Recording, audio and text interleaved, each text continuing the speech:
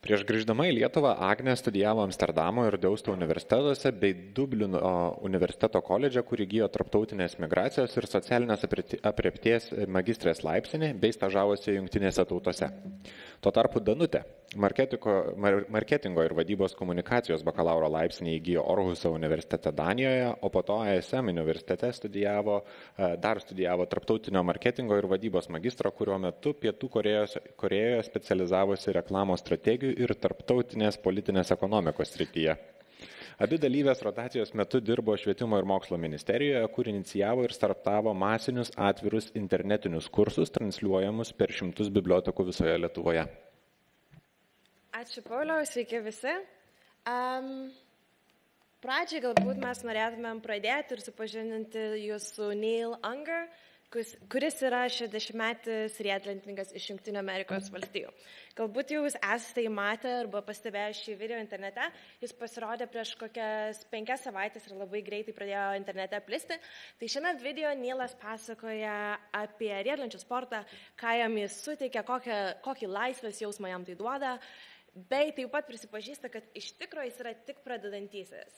Jisai gali atlikti 10-20% visų riedletininkų pradedančiųjų triukų ir jisai per šį mėnesį tapo pavyzdžių milijonams žmonių pasaulyje, parodymas tai, kad jeigu tu nori kažką mokytis, iš tikrųjų tai nėra niekada vėlu.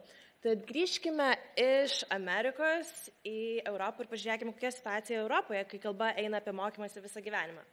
Tai jeigu mes žiūrėsime į tokias šalis kaip Danija arba Šveicarija, mes matysime, kad daugiau negu 30% visų žmonių šiose šalise mokosi visą gyvenimą.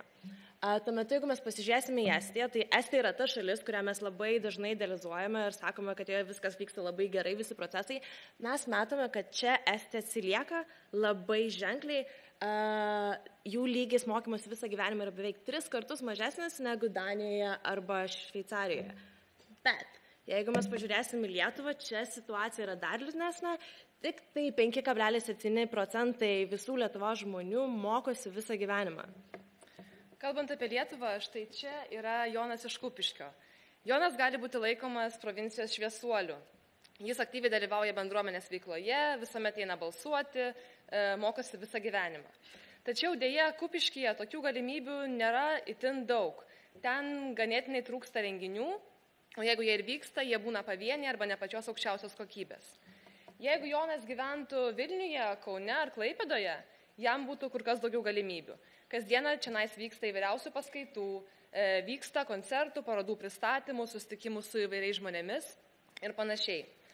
Taip pat miestuose egzistuoja 3 amžiaus universitetai, kur žmonės gali mokytis visą gyvenimą, taip pat esama kitų suaugusiųjų švietimo centrų.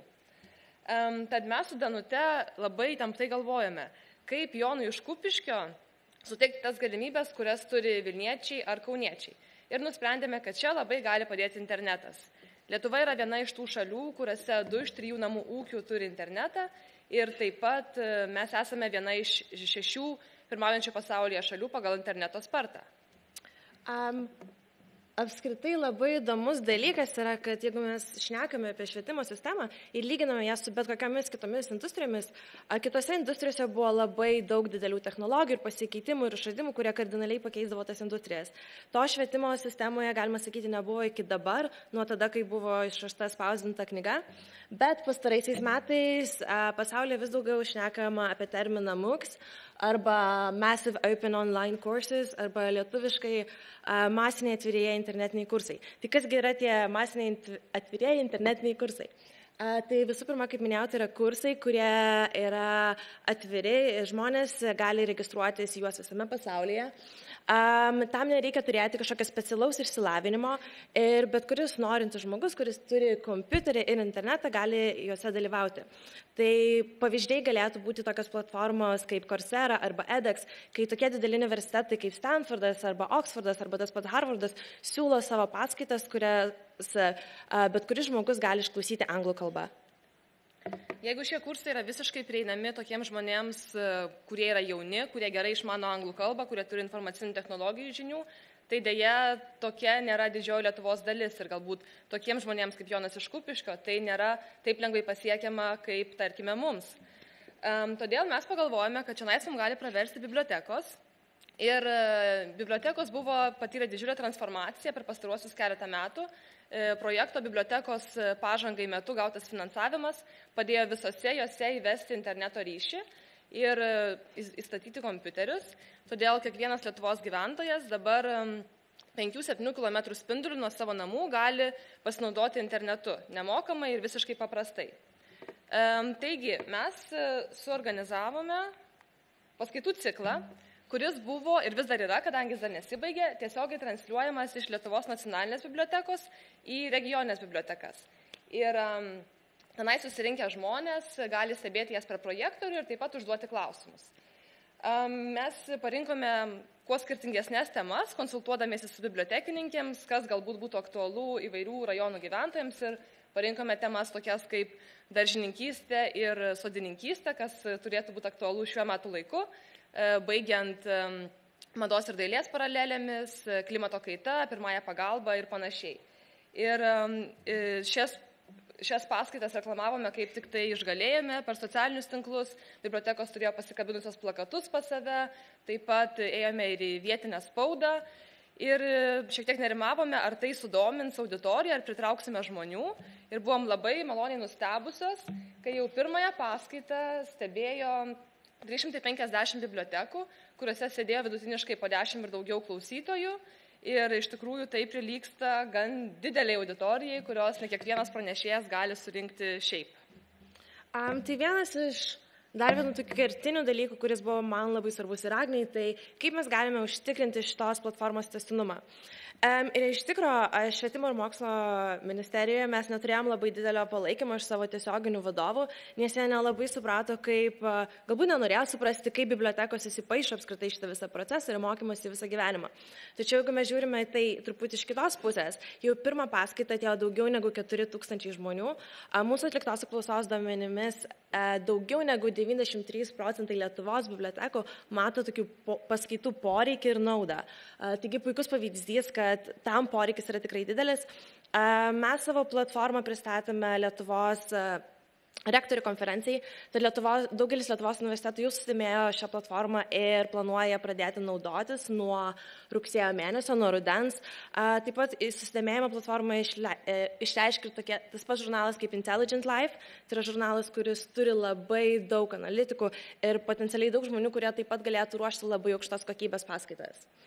Ir pabaigai galbūt mes su Agne norėtume pasakyti, kad labai gaila, kad Lietuvoje, ypač kai šnekame apie vyresnio amžiaus žmonės, jie dažniausiai yra įsivaizduojami štai taip.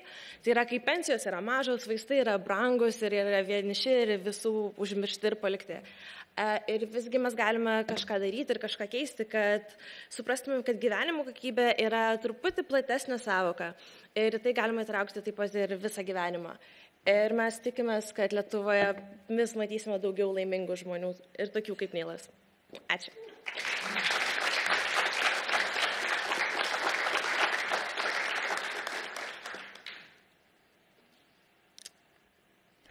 Klausimai? Labai šauni prezentacija, aš tik gal pasiūlymą paprasčiausiai vieną turiu. Dabar internete ganėtinai Lietuvoje bent jau paplito tokių savi įrašytų paskaitų ir panašių dalykų. Tai man tiesiog mintis kilo, kadangi pati platforma, kurią jūs sukūrėte, yra tam tikra prasme infrastruktūra teikti paskaitas. Ir klausimas būtų, kiek nevyriausybinio sektoriaus ir šiaip įvairios organizacijos, kurios organizuoja pakankamai įvairius užsiėmimus, galėtų pasinaudoti arba įsilieti į tą infrastruktūrą, tuo pačiu generuojant pasiūlą įvairiausių seminarų, reiškia, ir tuo pačiu didinant įvairovę ir pritraukiant žmonės pakankamai įvairiomis temomis iš regionų. Tai dėkui. Dėkui. Aš manau, aš galėčiau pasakyti apie tai, tas pats žurnalas Intelligent Life, kurį aš minėjau, ar ne, tai jie nėra, tarkim, tokia švietimo institucija, bet jie taip pat mano puikų potencialą šitos platformos.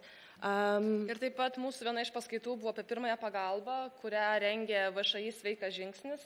Tai jie irgi yra tokia viena iš, manau, organizacijų, kurias turite mintyje. Tai tikrai platforma atvira visiems ir mes planuojame ją irgi pareklamuoti ir nevyriausybininkams. Bet aš manau, labai svarbus dalykas dar yra tai, kad apskritai šitą platformą parodė, kad šitas būdas gali būti panaudotas bibliotekoms ir kad milijonai žmonių, ne milijonai, truputį mažiau negu milijonai žmonių gali ateiti į bibliotekas. Ir tai puikus pavyzdys pačiom bibliotekom, kaip jos gali išnaudoti savo erdves, norėdamas pritraukti žmonės. Prašau. Tai aš turėjau 2 klausimus. Vienas buvo, jūs kalbate apie tai, kad yra gyva transliacija, bet ar tos paskaitos buvo įrašytos ir ar jas galima pasižiūrėti ir vėliau. Ir taip pat man tiesiog buvo įdomu, kaip yra apskaičiuojamas mokymasis visą gyvenimą, kaip ta statistika yra oficialiai paruošiama, ar tai yra tik tai vyresni žmonės, kurie lanko universitetus, ar tai yra kažkaip ir kitaip skaičiuojama. Dėkui. Tai pirmas atsakymas taip, įrašai yra, Nacionalinės bibliotekos kanale galima rasti visus įrašus. Jo, aš taip pakomentuosiu, kad tai buvo transliuojama per YouTube platformą ir jo, viską galima rasti Nacionalinės bibliotekos kanale. O antras klausimas?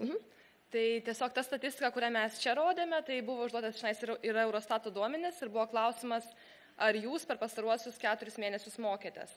Tai įskaičiuojamas, tarkim, prancūzų kursai vakare, ar ten kažkoks tai sporto užsiėmimas, ar kažkoks toksai tobulėjimas savaiminis. Tai ir žmonėm nuo 25 iki 60 metų būtent šitie statistiniai duomenys.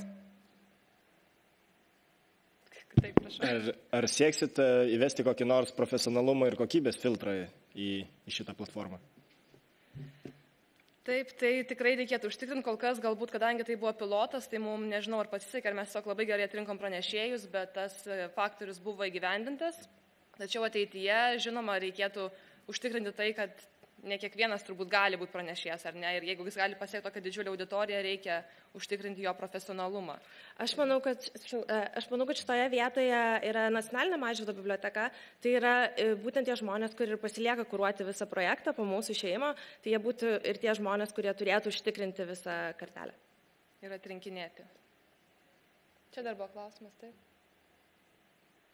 Jeigu leisit, aš patikslinsiu dėl statistikos. Tai iš tiesų rodiklis yra 4 savaičių, ne 4 mėnesių. Ir nors tai yra oficialus rodiklis Europos komisijos, yra kitas patikimesnis šiek tiek rodiklis, tai yra dalyvavimų kartą per metus formaliajame arba neformaliajame švietime. Ir šiuo atveju Lietuva nebūtinai tokiom prastoj situacijai, kaip kad buvo parodyti. Ten yra procentas kažkur tarp 30-40, jeigu aš teisingai prisimenu. Tai net nebūtinai tai viskas blogai, bet šiaip tai tiek tik tais. Tiesiog jeigu per metus, tuomet kitos šalis, ir man kiek teko matyti, yra virš 70, tai tuomet vėl šiek tiek atsidėkimas yra. Bet taip, turbūt suklydau, norėjau pasakyti savaitės 4, taip. Prašau.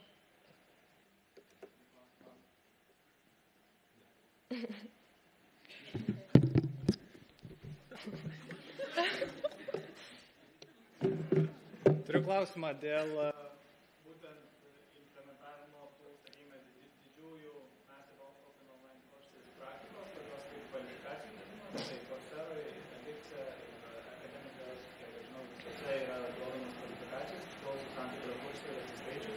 Ne visose, bet.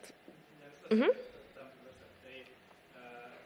yra planuojamas toks dalykas ir tokios panašios platformos, būtent Lietuvos universitetų, Lietuvos akademikų ir praktikų žinių perdavimo platforma yra planuojama? Gerai, gal visų pirma dėl to, kad mūsų šitas projektas buvo orientuotas į vyresnio amžiaus žmonės, mes nelabai orientavomės į tai, kad jiem reikėtų kažkokios specialios kvalifikacijos arba kelimo. Jeigu mes kalbame apie jaunus žmonės, tai tie, kurie turi anglų kalbos žinias, jie gali lygiai taip pat rinktis kokį nors Oksfordo arba Stanfordo muką ir aš nelabai matyčiau prasmės jiem eiti į bibliotekas ir mokytis tenai. Kalbant apie Lietuvą, tai pas mus kol kas yra tik tai vienas mukas, tai yra KTU darytas, bet jisai buvo anglų kalba ir jisai buvo orientuotas ne į Lietuvos rinką, o daugiau į užsienį ir iš tikrųjų tenais vyravo užsieniečiai, kurie jį lankė. Tačiau mes idėją kurti lietuvišką muką pristatėm, pavyzdžiui, Vilniaus kolegijai ir jie labai susidomėjo ir galvoja apie pradėjimą kažko panašaus ir tuomet jie turbūt irgi duotų sertifikatą arba galbūt ateityje netgi būtų galima visą susidaryti savo dalyką iš to. Aš gal tik pakomentuosiu, kad iš tikrųjų poreikis yra ir Lietuvoje, ir kai kurie atskiri universitetai tą patys bando inicijuoti. Ir kaip tik šią savaitę lankiausi Vilniaus universiteto Kauno filologijos fakultete, kurie būtent planuoja daryti mūkus, nes yra daug užklausimų iš lietuvių, kurie gyvena užsienyje ir nori pabaigti savo mokslus.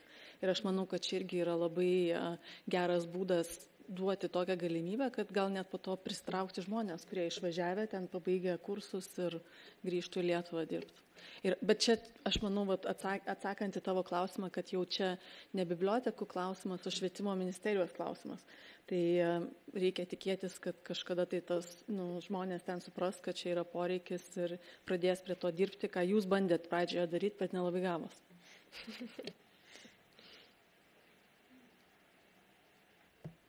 Ačiū visiems už klausimus.